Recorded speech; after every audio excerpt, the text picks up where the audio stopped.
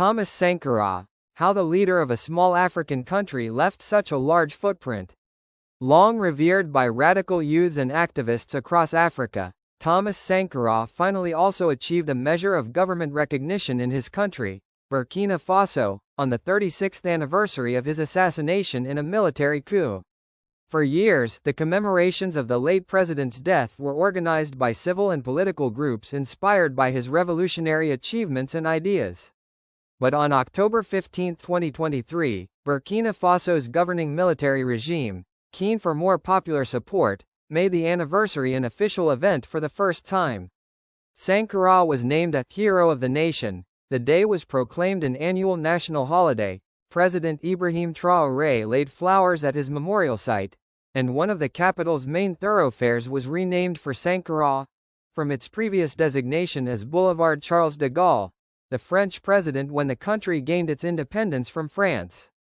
Burkinabe, as the citizens of that West African nation are known, have a keen sense of their history. For them, Sankara's brief period at the helm, from 1983 to 1987, was a time when many changes came to their poor, landlocked country, and simultaneously transformed it from the little-known ex-colony called Upper Volta, Haute Volta in French, into the reborn Burkina Faso, Land of the Upright, from two African languages. Many embraced the new name as unapologetically African and took pride in their charismatic young president, who audaciously challenged some of the most powerful countries on the world stage. While Burkinabe were most aware of his government's domestic accomplishments, people elsewhere in Africa and beyond were attracted by Sankara's frequent expressions of solidarity with oppressed people across the global south. For a time, the replacement of Sankara's government by a brutal authoritarian regime made it exceedingly difficult for Burkinabe to openly affirm his legacy.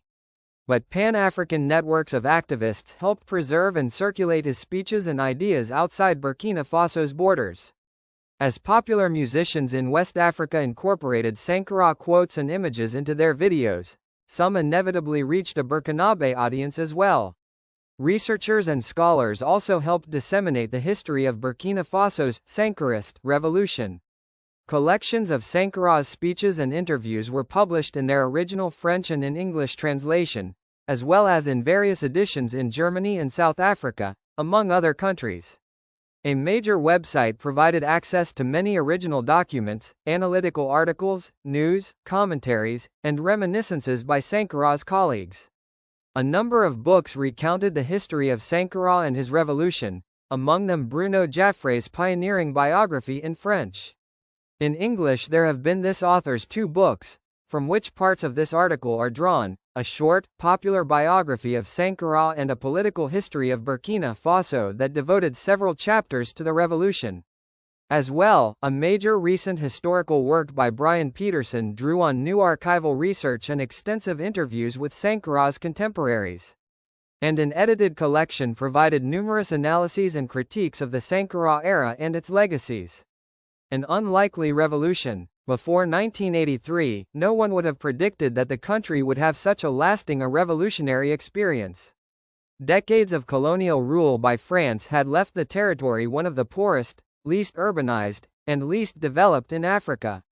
From the perspective of Paris, Upper Volta was a minor possession, with few exploitable resources beyond land to grow cotton or the labor of its people, hundreds of thousands of whom were conscripted to work on roads, railways, and plantations in other French colonies. Little was invested in infrastructure, economic development, or the health and education of the people. Independence in 1960 brought little change, except for political instability and a succession of coups.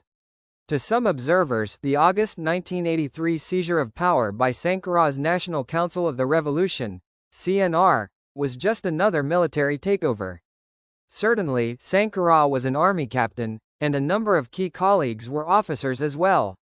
But they overthrew a previous military junta as part of a broad political coalition that included several leftist political groups, some trade unions, the student movement, and other civilian activists. The CNR and its cabinet were hybrid institutions that drew from various sectors of society and attracted strong and active support from the young, the poor, and others marginalized by the old order.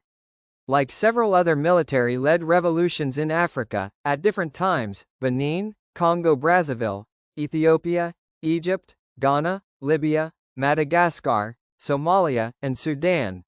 The process initiated in 1983. Like and subscribe to this channel for more news.